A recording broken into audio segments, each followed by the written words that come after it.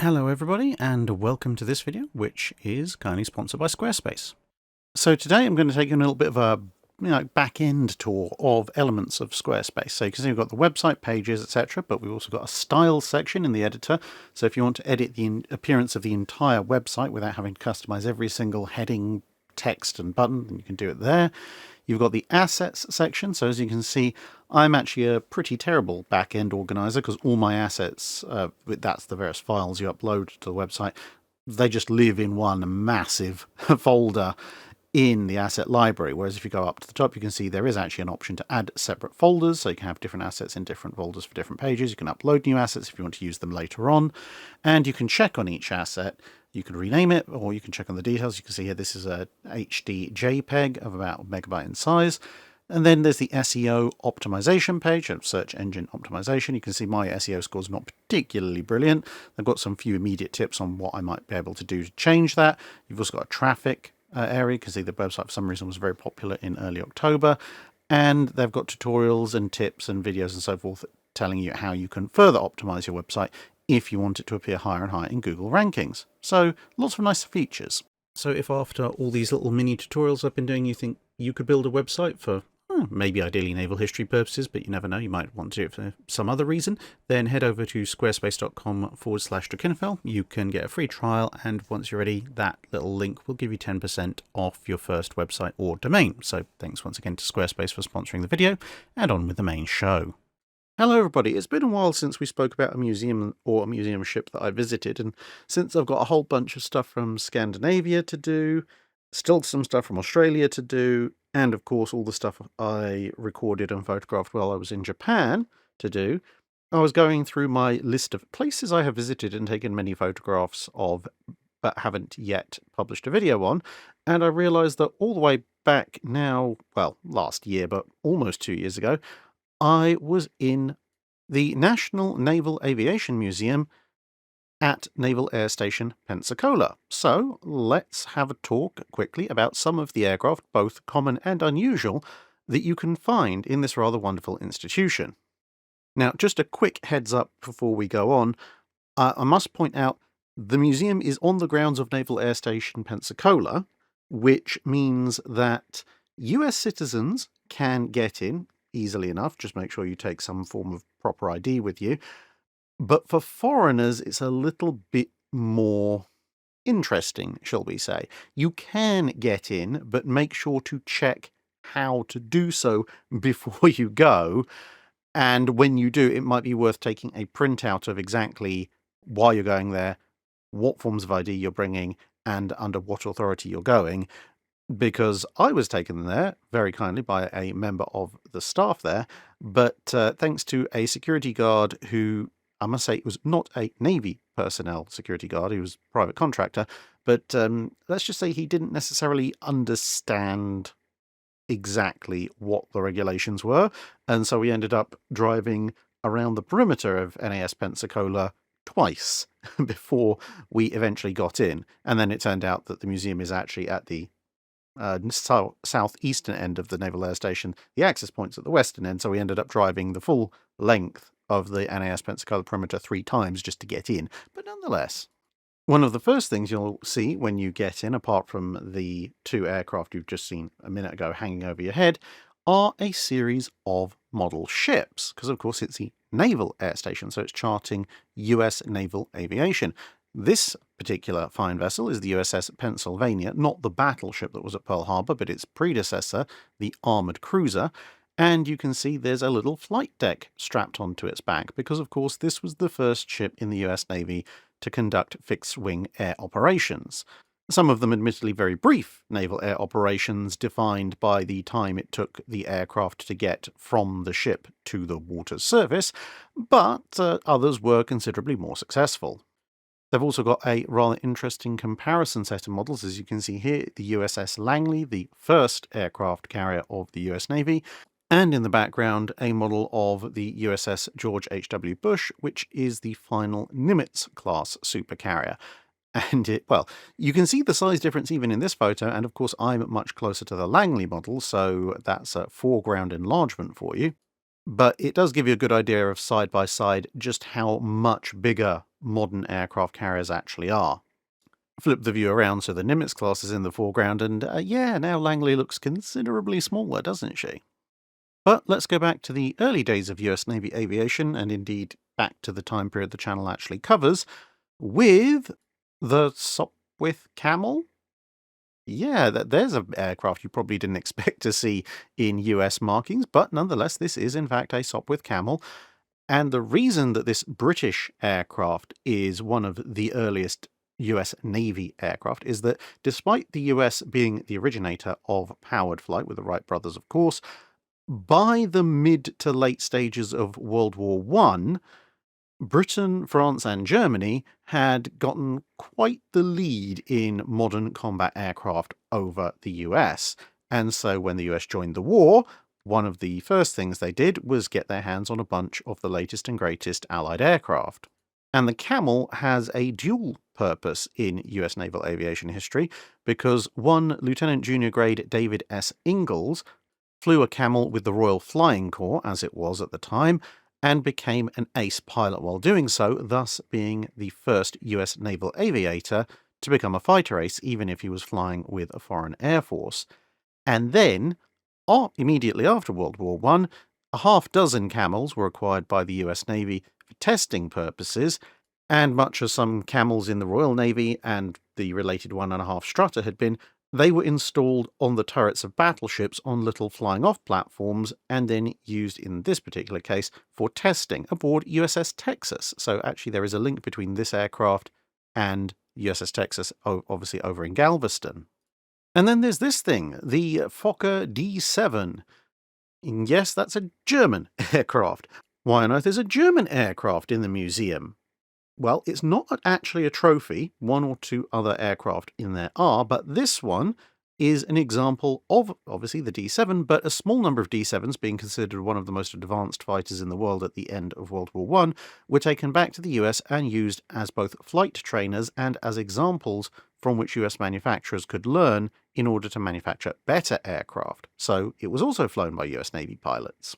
And then completing a trio of foreign aircraft, here's the Neuerport 28, a dozen of which, like the Camel, were used in early flight tests off of flight platforms attached to battleship gun turrets, as well as having been flown by a number of US pilots, such as Eddie Rickenbacker, during World War I itself. But having satisfied themselves that it was possible to operate aircraft from ships in the first place, the US Navy then faced the next challenge. Well, do you want to make these aircraft completely disposable? They decided no. So the next stage was this thing. This is a Hanriot, I believe, because it's French, HD-1. And with this aircraft, the US Navy was attempting to square the circle, because if you use seaplanes, then in theory you can recover them from the sea, but they are relatively low performance. If you used wheeled aircraft, they're much higher performance, so better, and obviously then would stand a better chance against an enemy that's also using these kind of wheeled aircraft, but then you can't get them back. Or could you? You see, with this aircraft, the US Navy attached essentially a pair of inflatable floats under the wings, just loose bags, the idea being that this aircraft could then fly around, and then as it approached the water, these bags could be inflated, and that would keep the aircraft, which obviously otherwise is wood and canvas and fairly light, afloat long enough to be hauled out of the water and then somewhat reconditioned after having been partly immersed in seawater, but it could be used again. But the maintenance requirements and the difficulties of hoisting the thing back in again were part of what convinced the US Navy that actually maybe an actual aircraft carrier was a good idea. And you can perhaps understand the reluctance to use seaplanes when you recognise that the US Navy had previously had this kind of thing as its seaplane. This is a Thomas Morse S-4C, which was originally an Army aircraft. The Navy acquired some in the early to mid-1910s and attached these big blocky wooden floats to them, which was all well and good except for the fact that they leaked horribly, so you had to drain them every time you brought the aircraft back ashore if it was being used at a naval air station like Pensacola, or hauled it back on a ship by a crane. And you can imagine the dead weight they caused for flying around. But then you're confronted by one of several magnificently large aircraft they've managed to stuff into this building. This is a Curtiss flying boat, more specifically a Navy Curtiss flying boat, so an NC boat. And aviation buffs and perhaps naval history buffs as well will recognize that this is an all-American Curtiss, obviously built aircraft with 3 engines, and a whole bunch of these were constructed as long-range patrol craft. But immediately after World War I, they also pulled off the transatlantic flight stunt. A whole flight of them set off, and of all the aircraft, this particular one, which you may have noticed has a rather unsubtle 4 marking all over the place, thus making it NC4, was actually the only one to make it across the Atlantic. It was initially ridiculed in the press because the poor thing fell behind 2 of the other NC boats, which were getting somewhat further ahead of it, but it turns out that slower and steady wins the race, and NC4 would be the only one, as I said, to actually make it all the way across the Atlantic. And then, after various other activities in its life, it's wound up at this museum, where, as you can see, they keep it in absolutely immaculate condition.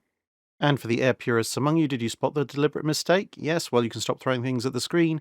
The NCs do actually have 4 engines. From the front, they look like they have 3 engines, but as you can see from this rear view of NC4, the middle engine pod is in fact a double pod. You can see the engine up front with its 2-blade propeller, and the engine aft with a 4-blade propeller. And among the aircraft hanging around behind NC4 is this thing. This is a Vought VE7.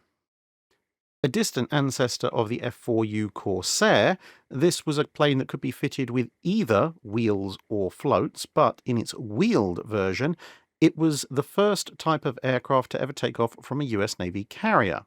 In October 1922, it took off from the deck of course, USS Langley, and this type of aircraft would serve in the US Navy throughout most of the 1920s, although the museum does note that this particular aircraft is a replica, as they weren't able to get their hands on enough of any originals. One of the aircraft that succeeded the VE7 was this thing. This is another Curtiss aircraft, although obviously somewhat smaller than the NC4. This is the F6C-1 Hawk. This is a fighter aircraft that entered service with the US Navy in the mid-1920s, so still serving primarily on Langley, because at this point Saratoga and Lexington had yet to be commissioned, but you would also see some of these on the flight decks of those 2 big carriers when they initially entered service. But in the interwar period, navies were switching through aircraft pretty darn quickly, almost as fast as fashion seasons, and by the early 1930s, specifically 1932, the US Navy was beginning to operate this thing, the F4B4, made by Boeing. And as you might imagine, these aircraft, along with many of the others we're seeing in this period of the museum, had very, very short service lives. The F4B4 was only in service with the US Navy for about 6 years, and this aircraft is painted up in the markings of a squadron that operated off of the USS Saratoga, and it only operated the type for a mere 4 years, from its introduction in 1932 until 1936, when it was replaced. And very often in this time period, you could find multiple types of aircraft that were competitors operating on US carriers. So, for example, the year after the F4B4 entered service, this thing, which is alternately the F-11C or the BFC-2, made by Curtiss, and also entered service. Known as the Goshawk, this aircraft also served through to 1938, and almost served aboard USS Enterprise, as VB6 was assigned to fly Goshawks, and indeed was flying Goshawks, of course VB6 being the bombing squadron of USS Enterprise, but while they were waiting for Enterprise to actually commission, it was replaced with more modern aircraft, and indeed only 27 of these were actually ever produced. And while we're on the interwar period, here's an aircraft that operated from one of the US Navy's flying aircraft carriers. You can see the USS Akron is quite happily emblazoned on the side of it, but you might be thinking, hang on a minute, Drac, that looks nothing like an F-9C Sparrowhawk, the aircraft we usually associate with operating out of Akron and Macon. You know, those things are pretty recognizable with the socking grey annular cowl around its radial engine. This, however, is a consolidated N2Y, a training aircraft that was actually the first aircraft to dock and be launched from the Akron, because as a training aircraft, it was much better placed to test the validity of the whole idea in the first place, rather than just going straight in with the Sparrowhawk and hoping for the best. Now, no, I'm not covering every single aircraft in the US Navy's arsenal of the time because, well, they don't have every single one at the museum. And two, I'm not even covering all the aircraft they have in the museum because, of course, I'm giving you a nice edited highlights, but there has to be something of the museum you want to go and see yourself. For example, see the tri-motor that's hiding behind the next subject, which is a Grumman FF1. This is the ancestor, somewhat distant ancestor, but ancestor still, of the Wildcat and the Hellcat. And you can perhaps see some of that sort of Grumman barrel-like fuselage beginning to show through even this early on. But as with the Goshawk and the F4B that we've already seen, the FF1 also was not very long in service, being succeeded by a number of aircraft, but then eventually, as you get towards the end of the 1930s, and you reach this thing, the Grumman F3F2. This particular one had been flying off of USS Saratoga when it had fuel issues and was forced to ditch.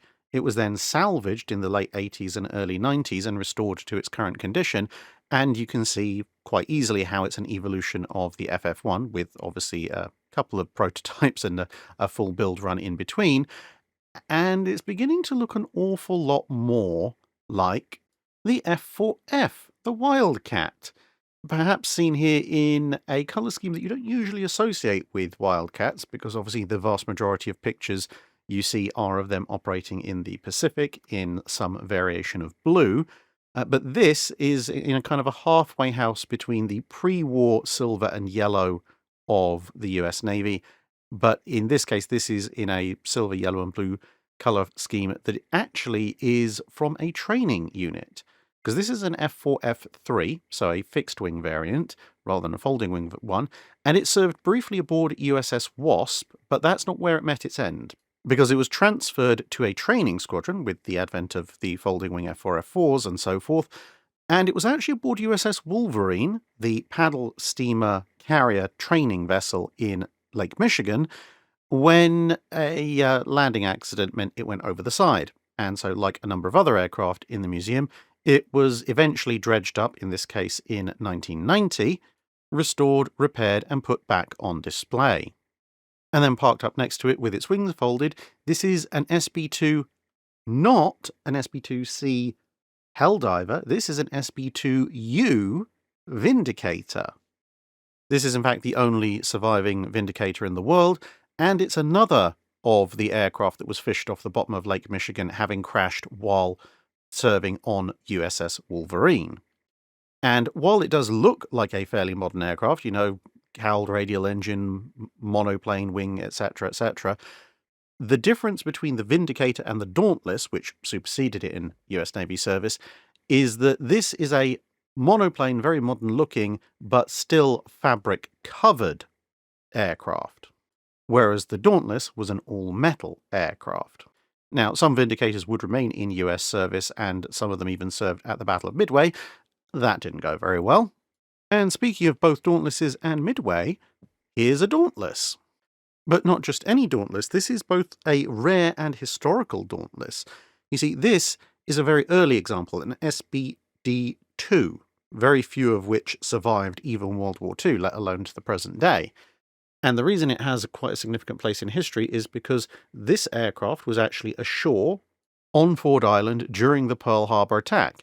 It managed to not get hit and therefore was assigned to USS Lexington, took part in a number of strikes against Japanese shipping, and then was transferred over to Midway Island to serve with the US Marine Corps. And this was one of the Marine Dauntlesses that flew off in the initial attack on the Japanese carriers at the Battle of Midway. So it was at Pearl Harbor and Midway. It was quite badly shot up, and with newer and improved versions of the SBD coming out, it was, say it again with me, transferred to Lake Michigan for training, where somebody managed to crash it. But it was then subsequently fished out of the water in much later years and restored, and it's about 90% original. Well, and here you can see some of the other aircraft they've got quite literally hanging around, and a couple more that are on the ground. But I want to draw your attention in particular to something which here you can only see part of hanging around underneath this nice big yellow aircraft in the foreground. This is a TDR-1 attack drone from World War II.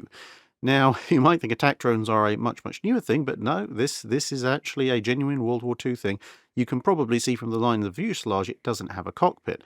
Now, some of you may have seen the much more comprehensive video covering this particular aircraft's activities in World War II over on the Rex's Hangar channel, and I'd advise you, if you haven't seen that video, to go and have a look at it because it is very interesting. But as a very brief summary, initially, the US Navy commissioned a target drone as a, well, flying target to pretend to be a dive bomber for anti-aircraft training purposes.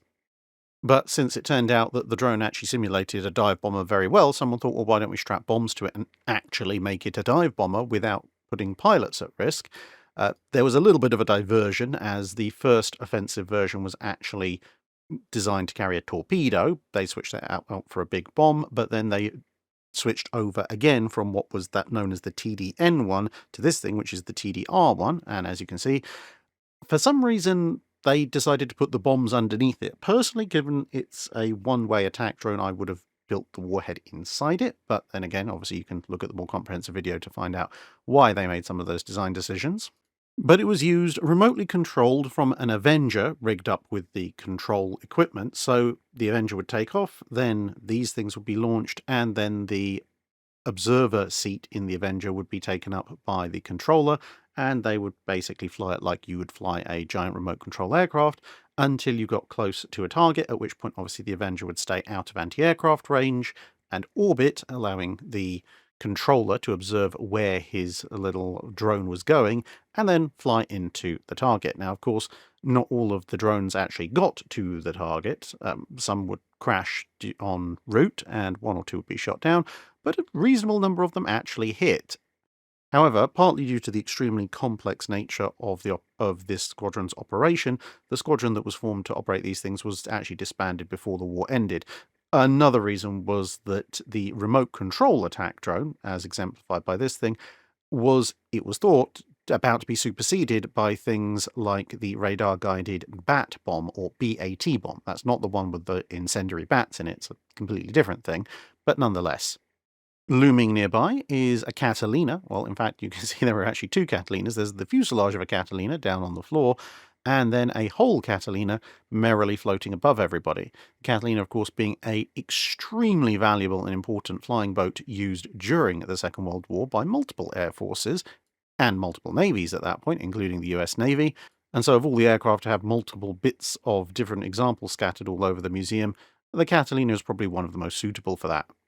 And nearby you have this thing, which is also not a Dauntless, also not a Vindicator, and still, believe it or not, also not a Helldiver. This is an SB-2A Buccaneer.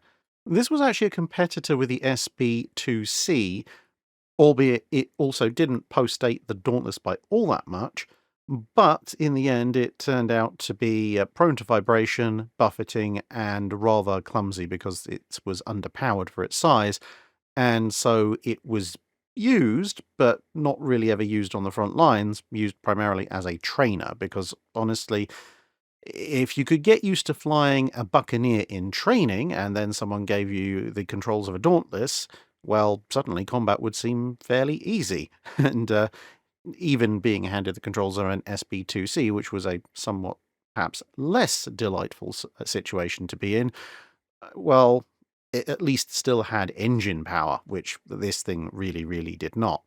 But as you might note from this example flying overhead, it did have an internal bomb bay. Now, of course, yes, they do have a Hellcat, an Avenger, a Corsair, and so on and so forth. But a slightly rarer aircraft, unless I suppose you're on the Warbird racing circuit, this thing, the F-8F Bearcat, in a rather snazzy post-World War II colour scheme. The Bearcat was essentially what happened when you went to Grumman and said, yeah, I get the whole, ruggedness and range and all of that, but what if we told you to do something that was purely performance? Basically an engine with a cockpit and some guns strapped to it and not a huge amount else. That's essentially how you get the Bearcat. It just missed out on the Pacific War. The first squadron was actually en route to take part when Japan surrendered, so it only ever saw service post-war, obviously in the US Navy very briefly after then being superseded by jets, but it actually saw full-on active combat with the French Air Force in the French Indochina War, which was the predecessor to the Vietnam War. And parked right next to it is another example of what happens when you tell Grumman, can we have performance at all costs, please? This is an F-7F Tiger Cat, a twin-engined carrier aircraft, again, as I said, designed exclusively for extreme performance and, well, heavy armament as well. Unfortunately, not quite as successful in the whole carrier operation department as the Bearcat, or indeed its predecessor, the Hellcat, on account of a somewhat excessively high landing speed. And you probably spotted doing a fairly poor job of hiding behind the Tiger Cat is this monstrous but lovely thing, the PB-2Y Coronado. I do have something of a weakness for big flying boats, and this is a big multi-level flying boat, so of course I like it. Also, it has this really nice dark blue with white underside paint scheme that I really, really like, specifically on US Navy flying boats, but also generally the kind of two-tone color scheme. The Fleet Air Arm does a similar thing with a sort of a dull purple around this time period. Anyway, Coronado, one of my favorite flying boats, although the top spot for flying boats in my heart has to be held by the Seamaster. Unfortunately, there are no surviving examples of the Seamaster, which makes me very sad, because it did look absolutely fantastic, and if it did have any surviving examples, I'm pretty sure they would have found some way of squeezing one of them in here. The Coronado, in case you're interested, of course, since that is the thing we're looking at, served as a patrol and transport aircraft during much of the Second World War. But you might notice, tucked in behind its starboard wing down there, with the 139 on its cowl, yet another aircraft. This is the Martin AM-1 Mauler, and this is one of, I think, not necessarily the first, but at least one of the first attempts by the US Navy to go, you know what, instead of having bombing squadrons, torpedo squadrons, and fighter squadrons, why can't we just have one aircraft that does everything? And so the solution with the Mauler was put such a gargantuanly powerful engine on the thing that the engine has to be offset slightly, otherwise the torque's going to twist the aircraft offline every time it tries to take off, and then to that engine strap an absolutely ridiculous amount of bombs and guns, and maybe rockets and torpedoes as well while you're at it. Now, in so far as create a monstrously powerful aircraft that can haul ridiculous amounts of ordnance around, Martin succeeded with the Mauler. Unfortunately, in terms of make that aircraft reliable, they very much did not. But the US Navy was still enamored of this kind of all-in-one aircraft idea, and so only a couple of years after the Mauler took flight, another aircraft to the same specification would be flown, which would be far more reliable and endure far longer in both US and other people's service, and that, of course, was the A-1 Sky Raider, or more properly, the Douglas AD-1 Sky Raider at the time it was competing with the Mauler. There's also an upper-level gallery, and if you go up there, there's various individual display cases and so forth, but they also seem to keep the airship bits up here. So this, as you might be able to tell, is a gondola. More specifically, this is the gondola for one of the K-class airships, or blimps, which were used very extensively, particularly in the Atlantic, as well as elsewhere, particularly on anti-submarine warfare duty. Obviously nowhere near as fast as an aircraft, but able to hang around for far, far, far longer, and obviously with a multi-man crew also able to keep quite a nice lookout. They could also engage U-boats, and most of the time, on the occasions that happened, they got the better of them, although the U-boats did occasionally try to fight it out, and it turned out, big gas bag was something of a obvious target, but nonetheless gave extremely good service. Can't quite fit an entire blimp into this building, but as well as the gondola, they have, as you can see here, one of the tail sections and a nose section as well. And as well as having one of the trainer aircraft that flew from it, they also have a little model of the Akron up here on the upper level. I say little, I mean this model is still longer than I am tall, but compared to the original, it's, relatively speaking, small model. And from the upper galleries, not only is obviously there's more information boards on the aircraft suspended from the galleries, and yes, I am using this as another opportunity to give you a nice shot of the Coronado, and also give you generally some idea of just how large just this single interior space is. There are ancillary spaces off to the side as well. So there's plenty more to see, including a A6M0, just, hanging around as you do. You can see there's also a twin-engine bomber there in Army Olive Green, obviously thanks to the Doolittle raid. An entire formation of the Blue Angels back when they flew A4s. And a whole other building, which, as you can probably tell from the colour scheme, does a lot more of the Cold War and post-Cold War aircraft that the US Navy has flown. So exchanging mostly blues for mostly greys. And hey, look, there's a Sky Raider there right up front. So I think that's probably a good place to wrap up our little tour of the National Naval Aviation Museum at NAS Pensacola, with obviously huge thanks to the museum for letting the foreign Brit in the first place after some shenanigans with the security guards, but also, of course, to the exceptionally kind gentleman who not only works with the museum and was the one to escort me on, but also, as you may guess from this footage, subsequent to visiting the museum, we headed over to Pensacola Airport, where a few hours later I was actually due to fly out on my way home. But before doing that, again, in a fantastic show of kindness, he arranged for me to fly in a Boeing Stearman, a little fabric biplane. As you can see, we've got our friend there flying with us. And yeah, that we're taking off here from the Pensacola Airport, obviously not Pensacola Naval Air Station, but still off on a very, very nice late afternoon - early evening flight around the Pensacola area. And yes, I have a camera strapped to my head, and yes, I am enjoying it immensely.